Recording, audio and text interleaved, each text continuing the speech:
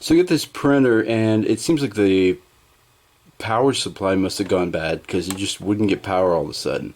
So we got a replacement power supply, and we're going to see what happens. But I wanted to show you that in real time, plus the steps I went through to see if that made sense as a diagnosis. Alright, this is the old one. I just wanted to show, you know, it's got a few pins here, and it should have either 32 or 24 volts depending. I assume depending on which pins you touch, but what I tried to do, which I'm doing with one hand, is touch any combination, all combinations, and there's zero no matter what you touch. You'll just have to take my word for it. I've gone through all combinations.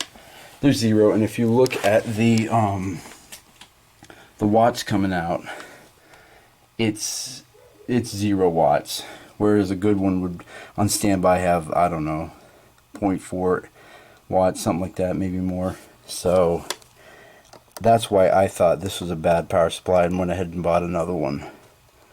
It's just got nothing. So let's plug in. I'm just going to plug the other one into the printer and see what happens. Alright, this is the new power supply plugged in. Just put it in the back here. Let me flip this over and get the display here.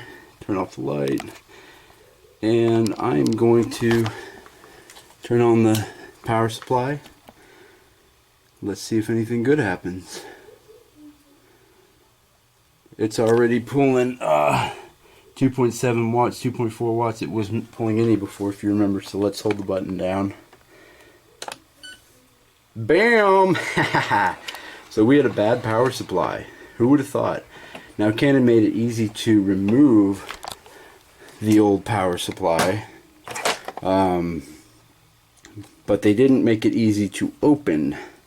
If you can see that screw there, that appears to be a female Torx, or I'm sorry, it's a male Torx, so it would require a female Torx that has to fit down in that little hole, which it's a smaller hole than you might think.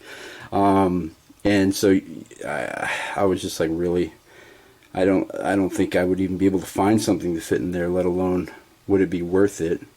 And so I was right. This was putting out nothing. It was a combination of putting the multimeter on those pins as well as seeing that was literally zero the whole time. And now the proof is in the pudding.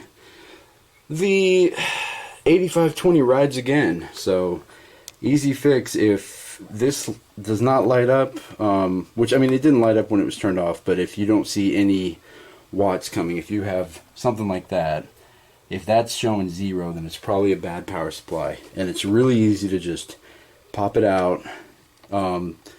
I don't know if it's going to be easy to find a replacement for this particular thing, but I was able to. It cost like 40 bucks.